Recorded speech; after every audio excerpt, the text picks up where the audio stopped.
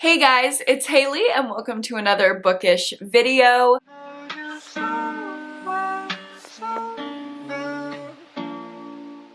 Today I'm going to be doing my recent reads video.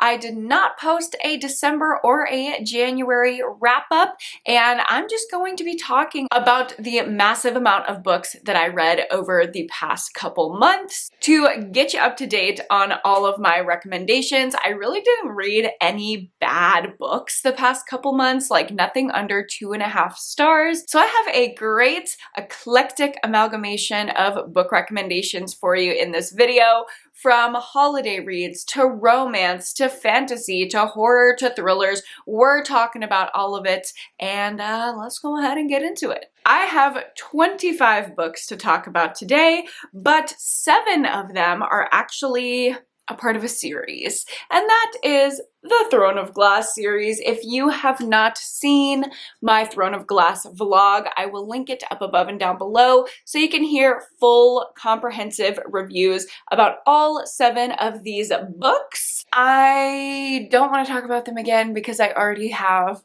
an over hour-long video talking about them, and that's already kind of flopping, so I don't want to spend any more time on it. But just like initial thoughts, I did really enjoy my time reading the Throne of Glass series. The majority of my January was spent reading the series, and I don't regret it at all, especially as a normally thriller reader. You wouldn't necessarily expect that, but I absolutely loved it. I had a great time with it, and I'm really enjoying getting to know like what my taste is in the fantasy genre. So stay tuned to see my burgeoning fantasy journey, but the rest of these are pretty much gonna be in my normal wheelhouse. So we'll start out, as I usually do, wrap-up videos with my lowest rated book, working our way up to my highest rated book of the past couple months. Starting out, my lowest rated book I read recently has been Hunting Annabelle by Wendy Hurd, and this was a weird one, y'all. I gave it 2.5 out of 5 stars, just straight down the middle, because I was honestly so confounded and confused by this book. I did not know how to rate it. It's pitched as a horror thriller, but it honestly reads a lot more like a dark romance. We're following this guy who's stalking this girl, and she gets kidnapped, so immediately the police think that it's him. Immediately the reader thinks that it's him, but he is claiming that it is not him, and he witnessed the object of his creepy affection be taken by somebody else. So is it just a coincidence that this girl had 2 stalkers that want to kidnap her, or is something different going on? And honestly, it was kind of interesting. It was kind of fun. It was definitely not your typical plot, and that is what made me want to pick up this book. However, it was a really weird story. The pacing was not the best. It felt like it was really breakneck pace at some parts, but then really, really slow and hard to get through in others. And I just didn't love being in our main character's head. This character, he is a stalker, but a few mental health diagnoses are thrown around in relation to this, which I don't necessarily like. The trauma rep and mental health rep in this book was not great, to put it lightly. I didn't love the lack of research and the kind of negative light that it shines on specifically schizophrenia. It uses really out-of-date language to talk about it, and that kind of made me uncomfortable. Also, the twists, while they were like unpredictable and kind of all over the place, and that could have been fun, at some points they got like a little tired and confusing. Sometimes when I'm reading a Riley Sager book, like the twists just happen really, really, really fast. I can barely keep up with them and I have to go back and reread, and that was kind of happening to me in this book. So if you like a really twisty book and you don't care about mental health rep, maybe this would be for you, but for me, I just felt really weird about it. Honestly, I really grappled with my rating for this book because for the majority of it, I had a fun time, but I couldn't ignore those weird feelings. Next up, let's get into my 3-star books. First up, I have my December Pretty Girl Book Club pick, and that is Suffer the Children by Craig DeLuey. We had a really great discussion about this book in my book club. It was so fun discussing with everybody. Originally, I had given this book a 4 out of 5 star rating, but after the discussion, I lowered it because I just had a lot of issues with this book. And I think the experience of it was definitely a 4-star experience, but when you really think about it, which is kind of what a book club is designed to help you do, it was more of a 3-star book. So I'm not going to go into all of those points in depth because we've already done that in the book club. If you want to watch that live show, I will link it down below. It's on my Patreon for my 2nd tier, so you don't have to be in the top tier to access it, just the book club tier. But basically, Suffer the Children is a horror book about what happens in this crazy apocalyptic scenario where all the children on Earth just die. All at the same time, boom, they're done. They all just get taken over by this disease and they're dead. And the parents have to figure out what to do moving forward until the kids, dead and buried, start to come back as little vampiric zombie children. And then it takes the book in a whole different direction. And it is a really intriguing plot, but a lot of the perspectives lack depth and consistency. It had really good ideas, but it didn't expand on them the way that me and my book club wanted it to. It is disturbing, but not to the extent that I think people hype it up to be. Maybe it's because I'm not sensitive to things around children. I'm not a mom, so I just don't feel that way. But I didn't think it was that horrifying. I just wish we had really jumped off the deep end with it and gone crazy. And I didn't absolutely love the ending. I don't think it fit the tone with the rest of the book, although I did like the commentary. I wish that was kind of like tied up in a bow at the end. A lot of these things just felt like great starts, but not a great finish. So 3 stars it is, but I definitely don't not recommend this book. I thought it was an enjoyable horror read. Next up, I have something totally polar opposite of horror, and that is Christmas in Blue Dog Valley by Annie England Noblin. And I loved my time reading this book. I did rate it 3 stars because it honestly just wasn't that deep. There wasn't a lot to think about. I pretty much have forgot all the details of the plot at this point, but it was really fun and just mindless, relaxing Christmas vibes.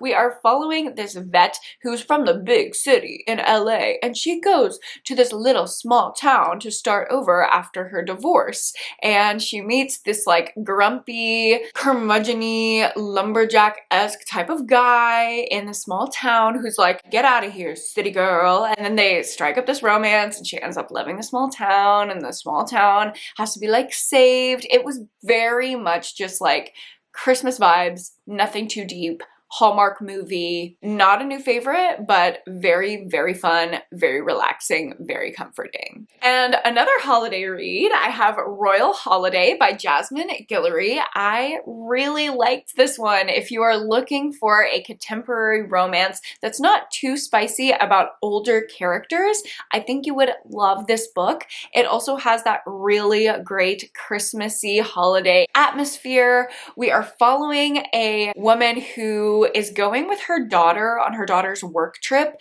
to London, and she's like working tangentially around the royal family. So she's like, Mom, come on, we get to literally go stay on this like royal estate in London, and you can just like bebop around while I do my job, and it's Christmas time, and there's like a royal guard who you might fall in love with. Like, it's very cute. The characters are very mature, and it doesn't feel like petty drama because they are like in their 50s and 60s, which it's really great to read from characters that have, you know, some level of life experience and emotional intelligence. This didn't feel like people that were figuring themselves out, which a lot of contemporary romances feel like that. It felt more like established people rediscovering old parts of themselves.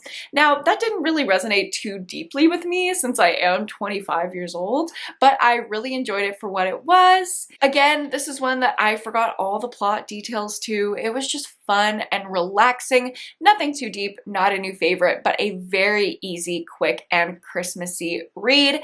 3 stars, great, but nothing to write home about. Next up, let's get into my 4-star reads, starting out with The Christmas Appeal by Janice Hallett. This is kind of a follow-up to The Appeal, which I gave 5 stars. It is a mystery story told through only emails, texts, and correspondence about the murder that happens in this hoity-toity little play group. It's literally a bunch of old rich people who put on plays for their community, but they talk about it and think about it as if it is their entire lives. It is hilarious. It is rich people drama, but in a very like buttoned up hoity-toity way, not in like a scandalous suburban way. I don't know. It's just really funny. It cracks me up. I loved The Appeal. And this is just like more drama and more death with the same group of players, and written in the same style where it's all emails and texts, and we are just following along this murder mystery. And this time it's super short and it is Christmas themed, so I ate it up. It was just like The Appeal, but obviously not as deep, not as developed because it's so short. I love the Christmas vibes. Easy 4-star. The next 4-star read I want to talk about is a horror book, and that is Monstrilio. This was a really, really interesting read. I read it on audio, and the audiobook was really well done, although it had quite a weird pacing, which I'll talk about in a second, but we are basically following the family in the midst of the child of our main couple, his death. And it's really heavy. Like, if you are looking for grief-centered horror, you will really resonate with Monstrilio. There's just a lot going on. Like, I don't know how much I necessarily want to give away because the actual horror of it really caught me off guard, and I want y'all who want to pick up this book to have that same moment.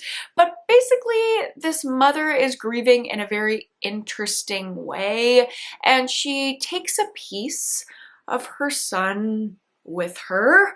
And something starts to happen to that piece of her son, and things go really weird, crazy, trippy, off the rails. If you like unhinged horror, this is definitely for you. It's also really cool because it's set in Mexico. I love reading books that are not set in the US. I love an international setting, and this definitely gave that.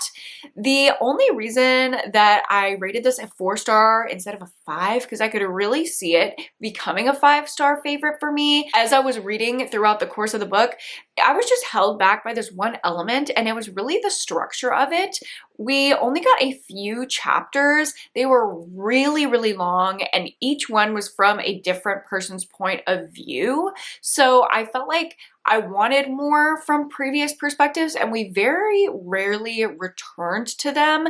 So I had a lot of like unfinished thoughts, which I guess you could see that as like a reflection of the grief and the commentary that the book is trying to do, but I don't think it lended itself too well to the storytelling. So while I loved the grief commentary and unhinged horror, I just wish that it had shorter chapters and those perspectives were more varied and mixed up instead of these long chunks that we didn't get a lot of closure on. Y'all, I am so sorry for the ever-shifting lighting. The clouds are doing weird things outside, so apologies for that. Next up, we have a wild one. Okay, and that is Ice Planet Barbarians by Ruby Dixon. This is a monster alien romance about a girl who is kidnapped from Earth and taken to a planet where there are massive blue alien monsters with barbed appendages? And it is basically stupid, mindless smut. But it was so much fun. It was so ridiculous. I absolutely ate it up, and I cannot wait to read more of this series. I really don't have much to say beyond that. It was a good little fun little time. I was laughing my ass off. It was so good. I love going back and forth between like stupid, silly, hee smut and crazy, deep, commentary heavy horror. Like, that is my brand. In fact, it is so much my brand that I have merch that says I only read horror and smut. So if you want to check that out, if you want to buy it for yourself, that is available. If that is your brand as much as it is mine, rep it. But yeah, this 4 stars, good time. I'm going to continue the series. I really am. So you're going to hear more about this in the future. Also, quick note, the traditionally published version of this is very different from the original indie published ebook version of this. I've heard there are scenes that are absolutely triggering, horrifying, crazy in the indie published version. There is an author's note in here about that.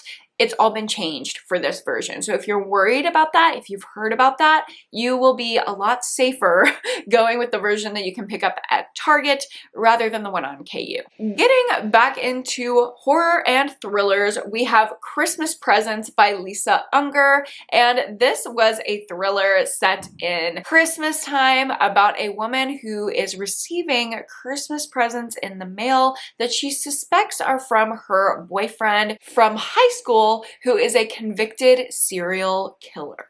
Yeah. And people kind of suspect that she knew something about it, and she comes under fire again when the case starts getting looked at because girls are going missing in the same manner that they did when her boyfriend was out. So we are following her in this new life that she's set up for herself, trying to just heal from the trauma that her past partner caused her when she was so young. And we're also following an aspiring true crime writer, journalist, podcaster man who is trying to put the pieces together from the past and also figure out what's happening in present day. Pretty straightforward thriller, but with a little bit of a Christmassy twist. I had a good time with it. I actually thought the trauma rep was really, really well done, and I didn't predict the ending. So 4-star thriller in my book. Next up, let's talk about a little bit of manga. Isn't this just like the most eclectic recent reads video ever? Like, I have my usual stuff, some weird stuff, some stuff I never thought I would talk about on my channel, but I read the 2nd and 3rd volume of Spy X Family by Tetsuya Endo, and I absolutely love them. I gave them 4 stars. This series is so fun. If you don't know about Spy X Family, we are following this guy who is called Twilight, and he is a spy on a secret mission. His mission requires him to go undercover as just like a local family man. So he has this fake wife and this fake daughter, and they have this little fake nuclear family, but each of them is actually really, really cool. So the dad is obviously the spy, the wife is a secret assassin, and the child has telepathy. She can read other people's minds, and it seems that she can communicate via people's minds. I don't know, that's like a newer thing after these first few books. So it's just really fun. It's super mindless, just like adorable drawings and heartwarming family. It's funny, but it's also thrilling, and I just like it, okay? Next up, we have my January book club pick, which I gave 4 stars, and that is Voices in the Snow by Darcy Coates. I don't want to spoil the direction that this book takes, but I will say, if you like something like A Quiet Place, that horror movie, or Stolen Tongues, you will like this book.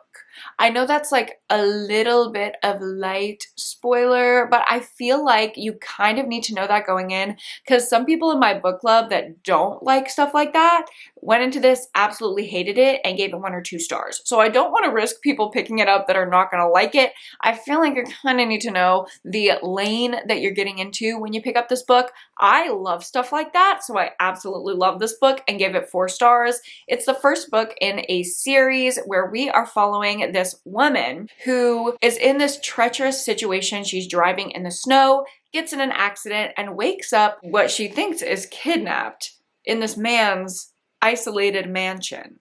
And she's like, what's going on? what are you gonna do to me? Which we find out what he's gonna do to her over the course of this book, this first novel in the series, and kind of intrigues me and makes me want to pick up the rest of it, I'm not gonna lie. But on top of that situation with him in the house, she's also trying to figure out what's happening in the outside world because he's not letting her leave, and it seems like there might be some merit to that. There's something going on outside of the house that's a little creepy. There is snowy, isolated atmosphere in here, which y'all know I love. I absolutely love the horror. It has a little bit of a slow start, and some of it is absolutely ridiculous, but overall I had a really fun time reading it. And even with the slow start, once it picks up with the twist, like, it goes really quick. So I was still able to read this in under 24 hours. I vlogged the whole thing on my Patreon and I had a great time with it. 4 stars. And I'll probably continue the series. And my last 4-star book I want to talk about is A Dowry of Blood by S.T. Gibson.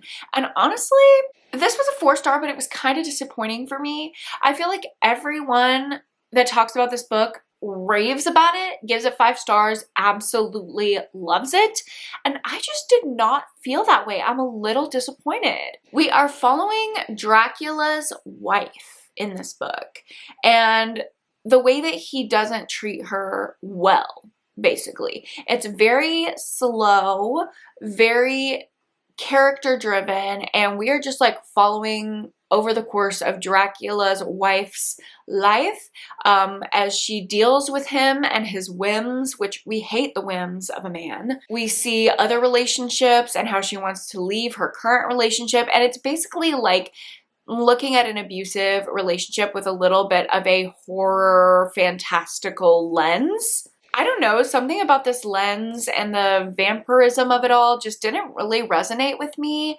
I liked the story overall. I thought it had great things to say, and the horror was effective at some parts, but it was a little slow, and I don't know. I just feel like this is a story that's been told before. It didn't tell me anything new about this kind of dynamic. Maybe it's just because I've read a lot of things about this kind of dynamic and I work with this kind of dynamic at my job. So I didn't feel like it was really blowing my mind with anything. I think it's definitely more about the emotion and the connection with the characters that other people are resonating with, but that just didn't happen with me. It's a little disappointing, but I thought it was a good book. It's definitely not a bad book. And then I did have one 4.5-star rated book, and that is Dead of Winter by Darcy Coates. Another snowy, isolated horror thriller. We're following this group of people who are going to the secluded cabin, getaway, snowy vacation on the slopes,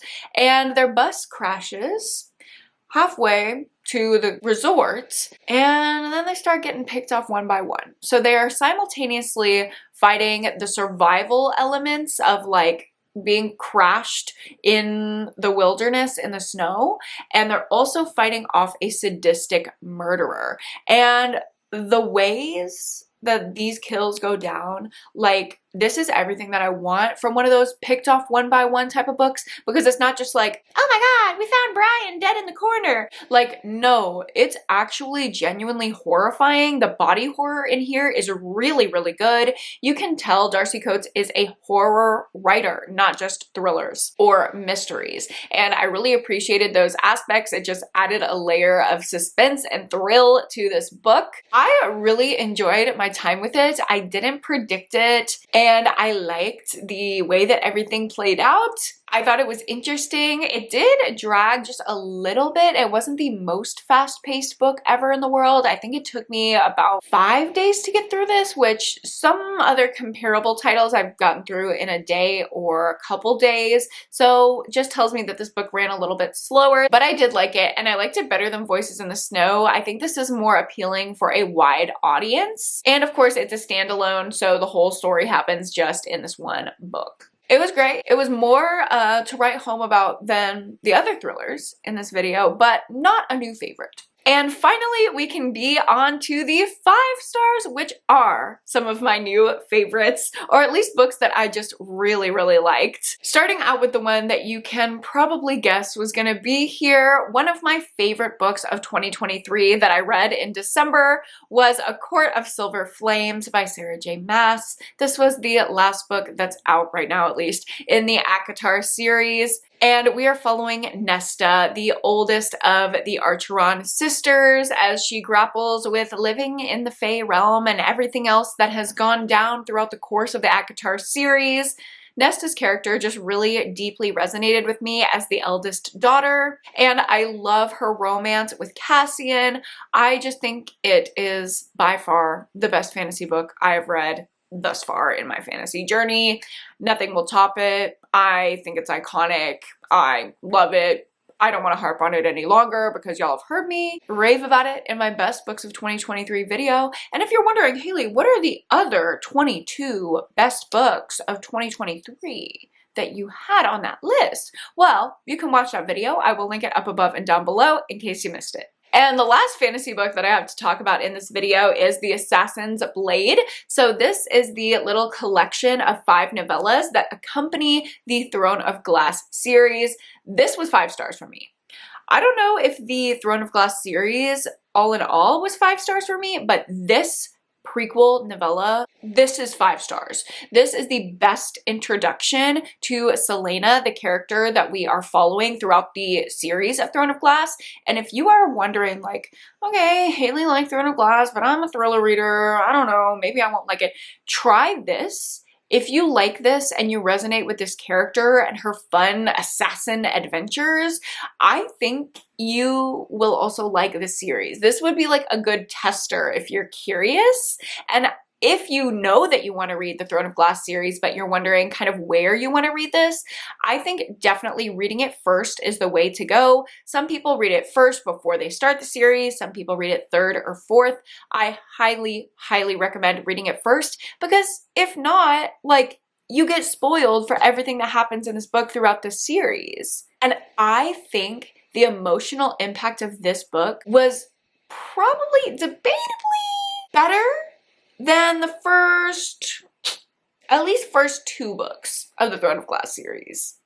So I wouldn't want that spoiled for me. Also, first novella right out the gate, you get to meet Captain Rolfe, and I know, like, people go gaga for, like, Rowan or whatever. Me personally, I'm a Captain Rolfe girl. I don't know, maybe that makes me weird, but I simply love it. I love The Assassin's Blade. It has a special place in my heart. I have an entire reading vlog of it on Patreon. I know I keep saying that, but we got a lot of stuff going on over there. So if you want to check it out, I will link it down below. Next up, we have a contemporary, and that is Before We Say Goodbye by Toshikazu Kawaguchi. And this is the most recent translated work in the Before the Coffee Gets Cold series. We are following a little cafe, and they have 1 seat at the bar in this coffee shop where if you sit there, you can time travel into the past, into the future, wherever you want to go.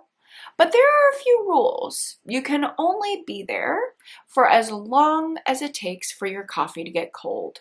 So you can't really leave the cafe and go anywhere at all. You have to stay in that seat, but you can go and work out whatever stuff you have going on. And that is exactly what we're doing in this book. Every single edition in this series tells between 4 and 5 stories of different people who come in and time travel and what their goal is versus what they actually end up doing and learning about themselves after they're traveling. Oh my God. The story in here about someone who time travels to see their dog, I will literally cry thinking about it. The story in here about the daughter who time travels to tell her dad about her wedding, I will cry thinking about it. Like, those are just things that resonate with me. I don't know, but this book had me sobbing on the floor. Like, I was reading this when I was around my family on a trip, and I was like, I have to leave the room to finish this book because I'm literally gonna sob, and everyone is gonna be like, what the hell is wrong with her? Like, what's going on? Is she going through something? No, I was just feeling emotions reading this book. It was so good. Almost every book in this series has been 5 stars for me. If not, it's been a 4 or a 4.5. I cannot recommend these enough. If you're an emotional girly who likes magical realism, that is just for you. Speaking of emotional girlies, I have a romance, a holiday romance, and that is Love Light Farms by B.K. Borison. In this book, we are following a woman who's running a Christmas tree farm that is not doing well. So in order to try to save it, she wants to enter this like influencer reality show-esque competition. But in order to make her business look more appealing, so she gets picked for this venture, she wants it to be like, oh my god, me and my boyfriend, my husband, whatever, have this whirlwind romance on this Christmas tree farm. Like, very marketable for a wide audience and not just like herself. So she lies on her application and says that she has this dreamy romance with her business partner, when in all actuality, it is just her guy best friend who helps her run the Christmas tree farm. But they've had vibes for a long time, and it is just the sweetest best friends to lovers romance. It has the perfect Christmassy holiday vibes and real emotion in here. Each character individually has their own arc, but then we also see the relationship arc mirroring that. There is a little bit of that like third act annoying miscommunication, but I understood the reasoning behind it and the resolution was really sweet. I cried at the end, and it's safe to say that this is my new favorite Christmas romance. If you're looking for something cozy and wintry to read right now, I think you can read it even when it's not Christmas time, but also definitely pin this, set this aside, mark it as to read, put it on a shelf on Goodreads or something for next Christmas because it is so, so, so good. It is not just one of those like 3-star fun time holiday romances. Like, no, this is so good. And the last book on this list, I hope I don't rave about this for too long because I swear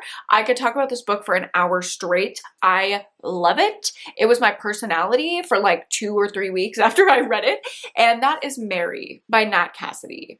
When I say men are capable of writing complex female characters, I'm talking about Nat Cassidy. And you know what? Even though, in my opinion, he did this amazingly, he still has an author's note talking about the balls that it takes for a male author to write a female-centered story. And he writes with such humility about it, such awareness. He had female sensitivity readers. Like, this is the standard. I'm sorry. Nat Cassidy, he is the standard for horror writers, especially ones who are writing female characters.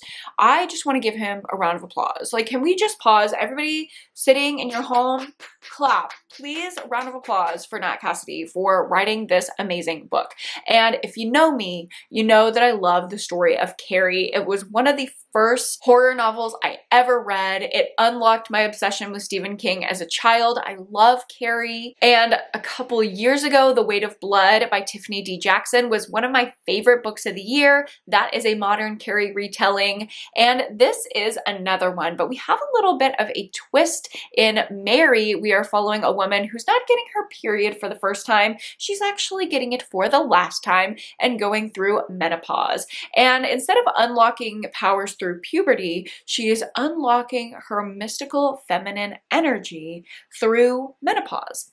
Debatably, one of the most trying times in a woman's life, where you're going through all of these changes as you've already settled into routines, and we're just exploring in here the ways that that can shake things up. But there's also a like culty serial killer element in here. It explores family trauma and generational trauma. There is just so much covered in this book. If you like trippy horror that is extremely, extremely character driven driven and plotless, you will love this book. It's definitely not going to be for everyone, but damn, was this book for me. I absolutely loved it. The writing style, the representation, the themes, the commentary, the awareness, the funniness of it. Like, it was so funny. The trippiness, the horrifying parts of it, like all of it, all of it, all of it. I cannot rave more about this book, truly. It was so, so incredible. And I was so sad that I read it in a month that I wasn't gonna have a regular wrap up for, because I really wanted to recommend this to you guys. So this is my time. I'm doing it. Go read Mary by Nat Cassidy. It's so good. But also, like, take those caveats. If you're not a plotless, character-driven, trippy horror girl, you might not like it, but if you're like me, you will like it. And with that, those are all of the books that I have to catch you up on from the past couple months. I hope you enjoyed this video and got a couple good recommendations from it. If you did, go ahead and give this video a like and subscribe to my channel if you haven't already. Thank you again so much for watching, and if you want to check out anything linked down below, my Patreon, my book club over there, my merch, anything, I will have it all linked as I always do. And don't forget to go to therapy and read a book this week. I will see you guys in my next video. Bye!